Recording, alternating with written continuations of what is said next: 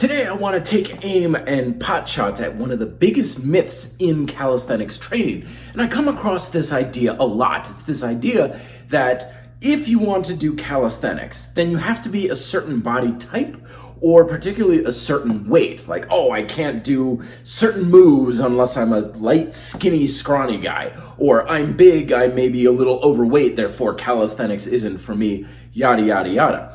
Both of these ideas are missing the point, which is that no matter what type of body you have, how big you are, if you're skinny or overweight, calisthenics is a very flexible discipline. It can be molded and contoured to whatever skills and abilities you bring to the table. This is especially the case when you're using very flexible tools like gymnastics rings or suspension trainers, which give you even more versatility and flexibility with basic compound exercises like push-ups, pull-ups, and so on.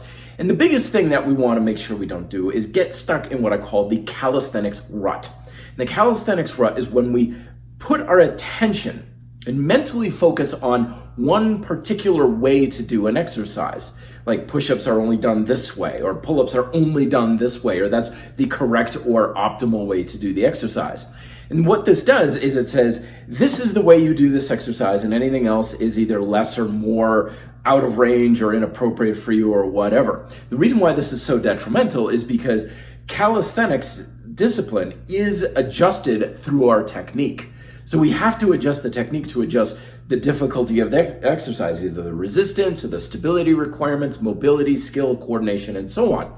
So to be stuck in one particular mode of doing a pull-up is kind of like saying the only bench press that ever makes sense is 135.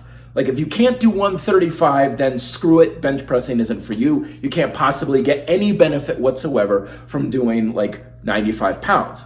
Or if you're really strong and you're like, yeah, bench press is terribly worthless and pointless because it's only 135, there's no point in even trying to do it or working it into the program.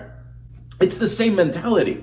So to those who are out there saying, I'm too heavy, I'm too skinny, I'm too weak, I'm too whatever, that's just a symptom of getting stuck in that calisthenics rut because your mind is focused on doing an exercise a particular way and thinking that's the optimal or best way to do the exercise for getting whatever kind of result. But always remember that the exercise isn't what gets you the results.